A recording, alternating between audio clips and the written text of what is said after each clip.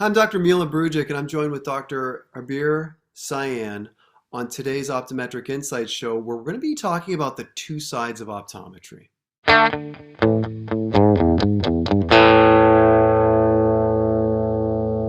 Harbir, welcome. It was awesome seeing you at our national conference a few weeks ago. It was just absolutely great. For those that are not in tune to Canadian podcasts, and I saw that you have the #1 podcast in Canada. I think you're getting a pretty good reach in the U.S. as well too. But tell the audience a little bit about yourself, your practice, where you went to optometry school, and some of the things that you do outside of the practice as well too for optometry. Absolutely. Mila, thank you so much for having me, man. I really appreciate being here. I'm so used to interviewing people and having them on my podcast. It's always fun to do it the other way around. So yeah, my name's Harbir Sian. I'm an optometrist. I live in Vancouver, BC. My business partner and I have two optometric practices. One is a sublease next door to a LensCrafters, and one is a private practice. So definitely get kind of the two different worlds, the two different perspectives. I've been doing that for we opened the sublease now almost 9 years ago, and the private practice about 5 years ago now. But to rewind the clock a little more, I graduated from NECO, in 2010, and moved right back to Vancouver. As soon as I was done, I didn't do a residency or anything like that. But honestly, since I started practicing, I think it was something that we might touch on. Right when I graduated, or right before I officially graduated in May of 2010, we had this massive deregulation that happened here in BC, and it became this contact lens, online sales, all that kind of deregulation. And that became this sort of epicenter for me, or focal point for me to start doing a lot more like public education and outreach type of stuff. Because I felt like somehow someone had to tell the public, like, you can't just go online and buy your contacts without a valid prescription. So from there, I started writing blogs. I started making YouTube videos. That led to the podcast and all these other things. And it's a whole other world of stuff that I've been so blessed to be part of. And I would say, I don't want to say ultimately, but that was a big factor in leading up to one of the highlights of my career. Just late last year, I had the opportunity to give a TED talk on kind of the importance of eye care, and kind of put my passion into it. That was really cool. That's great. It is interesting, though, how out of necessity these things are born. I mean, Yeah. so I remember that time in 2010. That was a very contentious place because, again, British Columbia in particular was the epicenter of the North American optometric world. Everybody was looking and seeing what was happening there. And it's remarkable that it was deregulated as it was. One, I think it shares with everybody kind of listening to this the importance of organized optometry, because I think we're really that opportunity to have the fighting chance for patients to receive appropriate care in the right way. That was the first thing. But the second thing out of that, as opposed to listen, it was happening, and you realized that that train wasn't going to be derailed. So what you did was you took a more proactive approach, and you said, well, if this is happening, I'm at least going to do my part to educate the people that I'm going to care for on really what the appropriate way to have eye care and eyewear is. And that's what it sounds like you did. Did I summarize that kind of in the way that the mindset that you were in at the time? Absolutely. Yeah. Somewhere in there. I mean, it started with anger, right? And I wanted to yell at someone and break things. And then I realized that wasn't going to be very productive. So then it led to eventually okay, what's the better way to approach this exactly? We're glad you did it the second way, because the first Yeah, way would have given you something to do, but wouldn't have got much done. But it's that's awesome right. you have that resource now for patients. So you have a really interesting practice setting, because you actually are a part owner of what's typically considered a side-by-side with a commercial entity, but then you also have a separate private practice. So give us the evolution, first and foremost, how you kind of initially came into the side-by-side with the corporate entity. Like, how did that happen? What was the impetus for that occurring? Yeah, absolutely. It is definitely a unique position to be in, and sometimes I'm not sometimes. I work in each practice 2 days a week, so I'm seeing patients 4 days a week, and I definitely have to wear different hats, and have to remember which hat I'm putting on when I'm walking through the door. But it all started when I came back in 2010. I was mostly actually working in this side by side type of setting. I took a different approach to getting a job when I came back. I didn't really go around and apply. I just sort of over the years while I was in school and during my fourth year when I was back, sort of just reached out and created a bit of a network here and saw, multiple people had opportunities when I just sort of picked the ones that I thought were going to be the most suited for me to learn and make some money, obviously. Um, and those happened to be a couple of different clinics that were both side by side. So I was working in a few different locations in different lens crafters. And I think just having been in that setting and kind of exposed to some of the management and upper management people within lens crafters, um, a few years into my career, there was an opportunity. They were building a new mall, brand new lens crafter store, and they sort of tapped me on the shoulder and asked me if I wanted it. So that's really where it came from. Pretty natural in that sense. I didn't necessarily go looking for it, but at the same time, I was looking to have my own business. I knew I was going to one day open my own practice. I didn't know exactly what modality it would be. So when the opportunity came, I thought, generally low overhead, low risk. It's a great chance for me to get my feet wet and start to learn the business side of things, and absolutely has been that. And the business model on that side of it is really 100% based on professional fees. Is that correct? That's right. So we don't get any retail eye exams, any specialty services that we offer, and then contact lens and dry eye products like eye drops and things like that. And then, Harbir, do you employ like the technicians, the receptionists? Are those supplied to you, or is it kind of a combination of the two? So we employ all our staff ourselves. We hire all our associate doctors ourselves. That's all responsibilities on my side. That's great. That's great. So now you're kind of moving along. You're in this side by side, and I know you. You know you're a successful guy.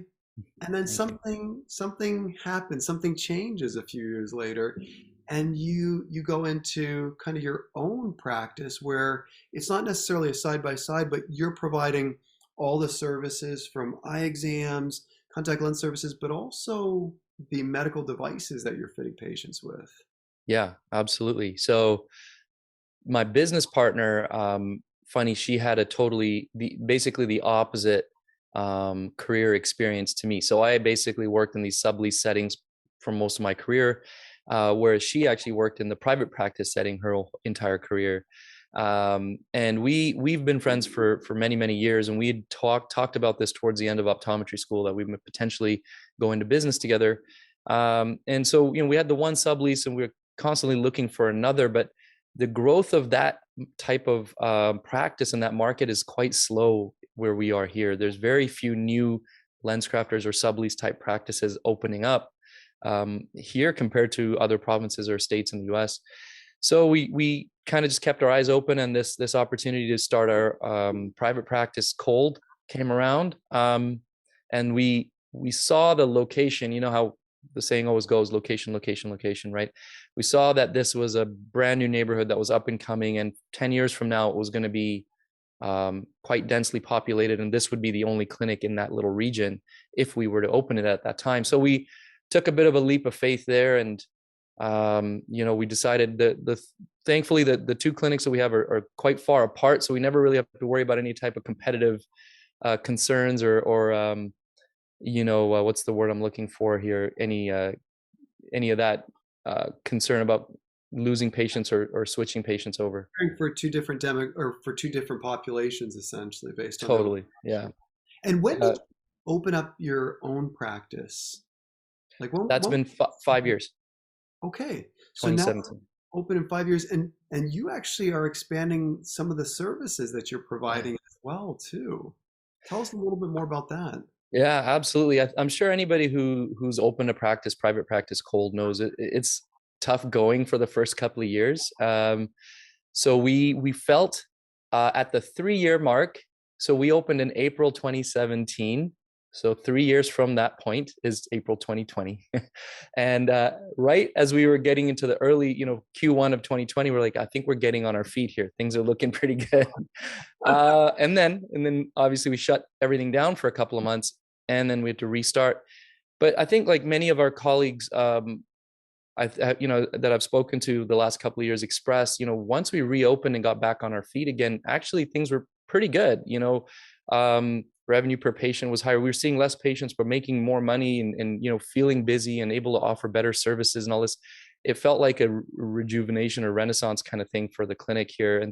And as part of that, we wanted to use that as an opportunity to lean into some of the things that we liked. And the key one was dry eye. So just before COVID, we had acquired the iLux device for MGD, and we were starting to like that and felt like it was doing quite well. But we really wanted to get into it deeper, and that's when when was it? Beginning of 2021 is when we bought the in-mode radio frequency and IPL system. So for the last year and a half. So after that, we took our second exam room and we turned it into a dedicated treatment room. We sort of spruced it up, did some renos, put on the little diffuser thing and play the nice music in the background, got a nice chandelier in the room, made it look real good. And that's kind of a dedicated room for treatments now. So at least a few days a week, it's kind of just busy with patients coming through for dry eye treatments or facial aesthetic type treatments and things like that. It's been really nice to have that. So are you doing most of that care? Is your partner doing most of that care? Or are you kind of splitting the care in the dry eye section of the practice? So as far as actually delivering the treatment, we've hired a couple of people to do that, estheticians and technicians to do that. So we will see the patient, for their routine eye care. We'll see them for their dry eye consultation. And when we make the recommendation for the treatment, then we hand them off to the technician or the esthetician to take over from there. And then we'll usually see them back a month or two later after they've gone through their course of treatments and kind of reassess. But when we first got the machine, I was doing my business partner was on mat leave. And so for, however many months I was doing the treatments myself, and it's time consuming. Radio frequency takes quite a bit of time. IPL's quick. So I was dedicating a lot of time to learning how to do it. And at the time I felt it wasn't a very efficient use of my time. But since then I've realized I learned so much about how the machines work and how the eyelid responds to these treatments and what we can see, physically during the treatment, after the treatment. I felt like I just learned it so intimately now. So when I speak to somebody else about these things, I can, I have all these pictures in my mind. I can give them all such detailed information on how it works and what to expect. It really actually was a blessing that I got to spend so much time hands-on with it, but I don't touch it anymore. I let the staff take care of it. That's great. That's great, Harbir. It's so interesting to hear kind of how you've really taken these two facets of optometry that are both well known, established, and both they take care of patients, but in different ways, in different business models, and you've really leveraged them, and you're kind of really taking care of patients in these two very different clinical settings, but you're providing awesome patient care in both of them. It's so interesting to hear because it's such a rarity in optometry to be an owner or a partner in a side by side and your own private practice as well too. Yeah, well, I'm sure this was the case, when you're in school, and it was when I was, and apparently it still is. There's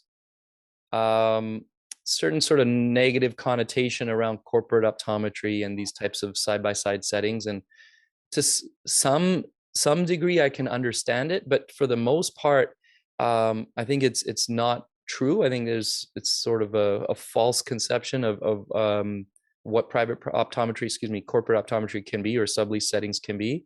We've tried very hard in our sublease setting to provide the exact level of care that we provide in our private practice. On the medical side of things, we literally do the exact same eye exam. We have the exact same pre-testing equipment in both offices. The difference comes then when I'm making the recommendation for, the lenses that the patient's going to have in their glasses and that kind of thing. From that point forward, in the lens crafter setting, I have to understand, have a good knowledge of what the lenses are that they carry, and then try to give the patient the best option I can based on what they offer. And they offer some good lenses. I know we've gone through some trial and error in what's working, what doesn't work for my patients. And on the other side, in the private practice, we go back a couple more steps. We say, okay, what in the entire industry, what is the best product we can offer? Let's work with that company. and bring that in. And so we have a little bit, obviously, more say in what we're giving to our patients. But from the first step when the patient walks in the door, we try to offer the exact same level of care. That's great. Harbir, I want to appreciate, or I want to thank you for your time here. This was absolutely awesome and truly enlightening, just to get a little bit more perspective on the differences and the different facets within optometry and really kind of how you're spending your time building both those businesses. Thank you so much for being on with us. Well, thank you so much for having me, Mila. I really appreciate it. I look up to you. I really love everything that you're doing. I want to say thanks for setting such a great example and helping to elevate optometry and helping people like myself to do more and lift it up. Harbir, you're doing great on your own. You don't need old people like me to say that stuff. We all need role models, man. We all need role models. Thank you all for joining us on this episode of the Optometric Insights Show. Make sure you follow us. Make sure you're listening to future podcasts as well too, where we'll have other guests where we're talking about innovative topics. Thank you.